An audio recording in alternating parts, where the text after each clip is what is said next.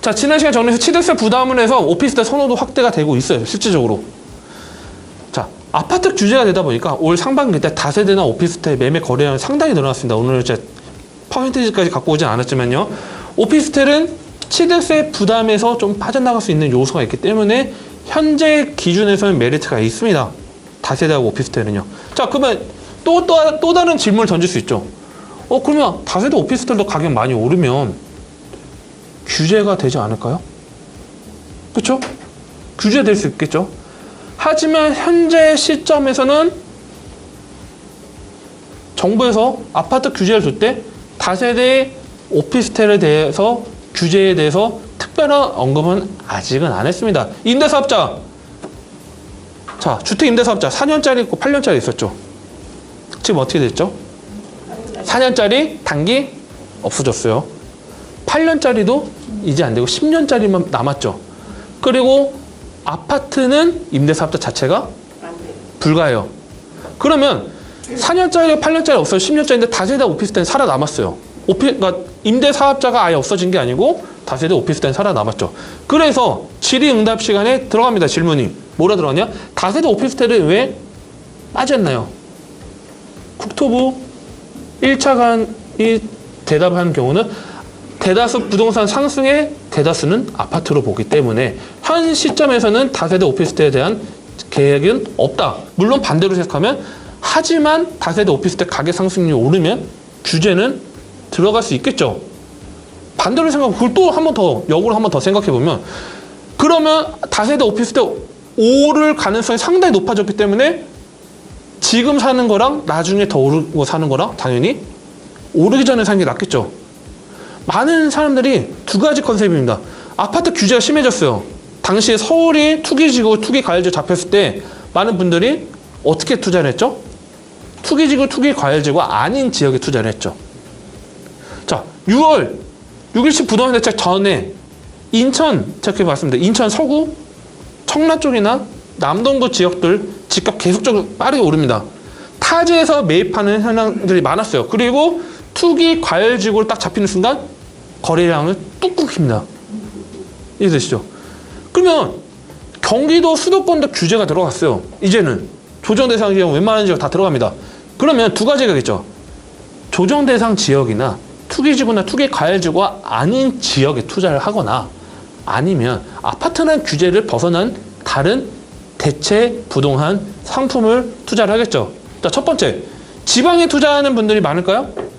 부산, 대구, 그런 데 제외하고요. 지금 시점에서요? 별로 안 해요. 두 번째, 그러면 내가 수익형 부동산을 제외하고 차익형 부동산 가려고 하면 안전한 부동산 자산을 갖고 가고 싶어. 서울의 지역에 안전한 자산은 뭐가 있어? 아파트 말고. 다세대 오피스텔밖에 없어요, 솔직히. 그쵸? 정해져 있죠. 답은 정해져 있어요. 지식산업센터는 뭐 수익형 부동산을 봐야 되는 요소니까요. 없다는 거죠. 그러다 보니 거래량 계속적으로 빨라요. 거기다가 7.10 부동산 대책 이후로 또 부동산 시장을 다시 한번 띄워놓습니다. 그 내용에 대해서 말씀을 드릴 거예요. 자, 두 번째는 중저가 주택 취득 관심도가 높아졌습니다. 중저가 취득. 9억 미만에 있는 주택은 상당히 계속적으로 상승할 가능성이 매우 높습니다. 이거는 제가 말씀을 안 드려도 많은 부동산 처음 공부하신 분들도 그치 9억 미만이면 웬만하면 오르겠지. 저는 두 가지를 또 나눕니다. 6억 미만 구간, 9억 미만 구간. 중저가라 써져 있죠. 저가는 6억 미만이면 충분히 크게 오를 가능성이 높고요. 6억, 9억 구간도 상당히 오를 가능성이 있다는 거죠. 그래서 이 두 구간을 보시면 될 것 같고요.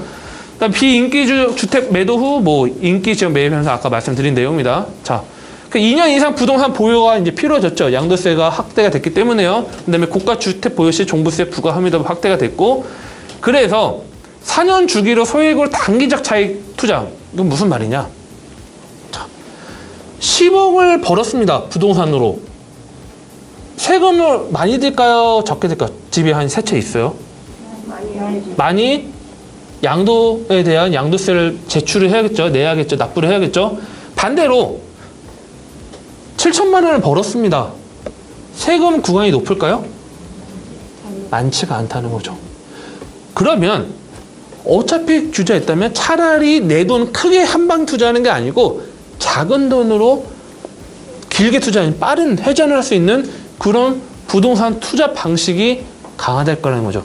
특히 부동산 규제가 심할수록 이런 단기적 차익 투자를 보는 경향이 많아집니다. 자, 두 번째는 반대죠. 또는 반대도 가능하죠. 10년 이상 장기적인 기대할 수 있는 투자. 자, 아파트는 규제가 심하다고 했어요.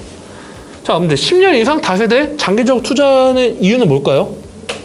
그렇죠. 정확해요. 재개발 바로 투자하는 거예요. 두 번째는. 아예 그냥 내 돈, 어차피 큰 돈, 아파트 해봤자 세금 이것저것 보이스도 힘드니까 차라리 돈 적게 들어가는 거 누구 이름으로? 자녀 이름으로. 그렇죠. 자녀 이름으로 장기적으로 나중에 아파트로 바뀔 수 있는 재개발에 딱 투자를 해야겠다. 키워드 다 드리고 있습니다, 지금. 첫 번째 시세 차익을 소액으로 투자할 수 있는 4세 주택을 가시던가, 빠른 회전이요. 아니면 장기적으로 재개발을 바라볼 수 있는 투자로 가시라는 거죠. 다들, 그치. 막상 실제 움직이려고 하면 쉽지가 않습니다. 그 이유도 잠시 후에 또 말씀드릴 거예요, 제가. 자, 그러면 경기도에 조정 대상 지역의 평범한 아파트랑 서울 투기과열지구의 평범한 빌라는 뭐 어디가 더 상승률은 높을까요? 서울이 높아요. 뭐 돈은 더 많이 번다고 생각하실 수도 있겠지만 들어간 돈, 즉 우리가 인풋이라고 하죠. 들어간 내 투자금 대비했을 때 나중에 회수되는 그런 차액 실현 수익률을 봤을 때는 당연히 이 하단이 더 가능성도 높고 오히려 회전하기도 좋다는 요소죠. 실질적으로 파주, 운정, 힐스테이트, 호수공원이 보이고 GTS가 들어오는 운정역입니다. 파주 운정. 같은 평형대 보면 여기보다 강남에 있는 빌라가 훨씬 비쌉니다. 오래된 빌라가. 이게 현실이에요. 왜 비쌀까요? 힐스테이트 대단지에 GTX도 들어오고 경의중앙선 운정역도 있고 호수공원도 있고 깨끗한 아파트라 오래된 20년 차 된 빌라 강남의 양재동 인근에 있는 빌라인데 왜 여기 더 비쌀까요? 그쵸? 입지 차이죠. 입지가 상당히 중요한 거죠. 자, 여담 하나 딱 말씀드릴게요. 자, MBC에서 뭐 피디수첩 이야기하는 거 아니에요? 놀라지 마세요. 구해줘 홈주를 보면 경기도 양평의 전원주택 그런 거 구하는 집 나오기도 하죠. 뭐 포천이나 나와요. 그러면 4년밖에 안 됐대요. 집이. 이 집주인이 직접 집을 지었고 살았대요. 너무 좋대. 텃밭도 준대요. 뭐 많은 분들이 와 여기 좋다.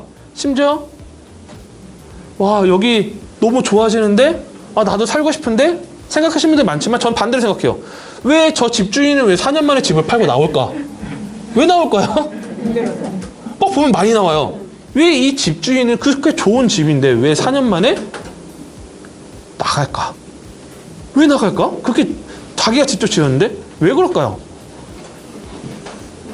편의시설이나 그런 인프라들이 좀 불편한 게 있겠죠, 당연히. 물론 그 자연 환경 좋아서 오래 하신 분도 있지만 젊은 층일수록 계속적으로 뭐 30대, 40대 특히 그런 나이가 좀 젊은 층일수록 다시 서울이나 인기 있는 수도권 지역을 재진입하는 경우가 좀 많아요. 먹고 살기도 힘들고 교육도 시켜야 되고 다양한 요소죠. 그러다 보니까 입지에서 상당히 중요한 요소가 차지한다는 거예요. 현재 시점에서. 여러분들이 은퇴하시고 나는 뭐 복잡한 거 싫어 하시면 경기도에 좀 좋은 동네 살아도 좋죠. 하지만 여기 계신 분은 거의 지금 한 40대에서 50대 되시는 것 같으세요? 다들 뭐 젊으신 것 같으신데 나중에 또 이제 뭐 70대 넘어가시면 또 병원도 가야죠. 뭐 아프고 그걸 떠나서 건강검진도 계속 받으셔야 되고 그러면 또 병원 때문에 다시 또 서울이나 아니면 병원 인근에 있는 집을 구하신 분들이 상당히 많다는 거예요. 자, 그래서 만약에 나는 공기 좋은 데 살고 싶다 하면 그냥 전세로 사세요. 얼마나 좋아요. 전세 살고 2년 살고 또 다른 동네 사시고 저희 손님 분 중에서 고객분들 중에서 은퇴하시고 2년마다 한번 고향에 사시다가 한번 여주에 사시고 그런 부부가 계세요. 자녀 다 결혼시키고 뭐 전세로 사니까 뭐 걱정도 없는 거예요. 뭐 집값이 떨어지든 오르든 내 본집은 서울에 있고 그 집은 전세로 회전하고 있고 그리고 나는 그 노부부는 2년마다 돌아다니면서 살면서 그런 것도 괜찮죠. 내 본집은 지키고 있으니까 서울에요. 그렇죠? 자, 그 자녀 이름을 재개발할 수 있는 기대할 수 있는 투자 포인트도 괜찮습니다. 그래서 자녀 이름으로 가는 경우가 이거죠. 주택 보유수에서 빠져나간다는 요점이 있죠. 주택 보유수. 왜? 지금 한 사람 명의로 주택을 많이 갖고 있으면 상대적으로 세금 부담이 더 확대가 되죠. 그래서 자녀 이름으로 보유하고 장기적으로 또 아파트를 기대할 수 있는 요소가 가는 거죠. 노후 대비 소액으로 시세 차익 기대하는 투자. 자, 저희 임대사업자 내신 분들 중에서 13채 내신 분이 계세요. 다 전세 내셨어요. 그런데 이분이 하나를 월세로 바꿉니다. 왜 바꿨을까요? 은퇴하셨어요. 왜 바꿨을까요? 생활비? 아니면 놀러 다니시려고? 세금 내시려고 했어요. 세금 내려고. 그 1년 제가 그래서 월세 하나 가시라고 월세는 꼭 하나는 갖고 가셔야 된다. 오피스텔은 대출 좀 그나마 지금은 나오니까 월세로 하나 전환하시고 그 돈으로 세금 재산세든 모아가지고 내시라. 그래서 그분이 월세가 영등포에 110만 원인가 받아요. 월 투룸인데 근데 110만 원이면 거의 한 12개월이면 1,300 얼마 나올 거예요. 그거 쓰는 게 아니라 통장 넣어놨다가 세금 낼 때 보태서 쓰시는 전략을 가시는 거죠. 그런 전략도 하나 답이라는 거예요. 그렇죠? 1억 투자로 1억 수익보다는 3천만 투자에 3천만 원 수익이 더 실리적이고 내 돈은 최대한 적게 들어갈수록 수익률적인 변에서는 유리합니다. 자, 그런 질문 던지신 분들 있어요. 재개발. 재개발 투자를 하는데 나중에 추가 분담금 많이 내면 어떻게 해요? 자, 저는 질문을 던집니다. 자, 여러분한테 질문을 던질게요. 추가 분담금을 내고 아파트 되는 게 좋아요? 추가 분담금 안 내고 그냥 계속 빌라 있는 게 좋아요? 뭐가 더 좋으세요? 분담금 내고 분담금 내고도 마이너스 되지는 않아요. 재개발에 대해서는 아직은요. 아직은. 왜? 자, 재개발의 초과 한 수제가 있나요? 아직은 없어요. 저 계속 아직은 강조하죠. 언제 또 바뀔지 몰라요. 없다는 거죠. 그러니까 그분이 당연히 아파트 되는 것 때문에 투자한 거죠. 근데 왜 추가 분담금에 대해서 이렇게 걱정하시냐고. 진행되고 걱정하시라고. 두 번째 질문 하시는 분들. 아니, 나중에 이거 집 사면 나중에 양도세 많이 내면 어떡해요? 제가 웃으셨죠? 잘 아시는 분들 아세요? 제가 물어봅니다. 이것도. 자, 여러분들한테 질문 던질게요. 집값 올라서 양도세 내는 게 좋으세요? 아니면 집값 안 오르고 양도세 안 내는 게 좋으세요? 집값 오르고 양도세 내는 게 좋은 거죠. 그렇죠? 근데 많은 분들이 집값 안 오르 아직 사면서 양도세 고민을 하세요. 양도세는 파는 시점에 발생이 되죠. 자, 압구정 현대아파트가 뭐 5억 올랐습니다. 와, 부럽다 하시는 분도 있죠. 근데 막상 갖고 있으면 팔아야지 돈이죠. 안 팔면 돈이 아니에요. 세금만 더 낼 뿐이에요. 그래서 이 세금에 대해서 막 머리 아파하실 필요는 없어요. 자, 살아있는 부동산 카드라고 써졌죠. 살아있는 부동산 카드 뭐냐면 정부에서는 부동산 카드가 또 나올 것들이 있다는 거죠. 반대로 생각하면 더 규제가 들어가기 전에 내가 해야겠다고 하신 요소들은 분석 빨리 해가지고 가능하면 하는 게 좋습니다. 자, 취득세에 유리한 오피스텔 같은 경우도 지금 거래량이 상당히 많아졌고요. 규제가 아직 없는 뭐 재개발 같은 경우도 아직 이렇게 말씀드리죠. 규제가 아직은 재개발에 대해서 이야기 안 하고 있죠. 자,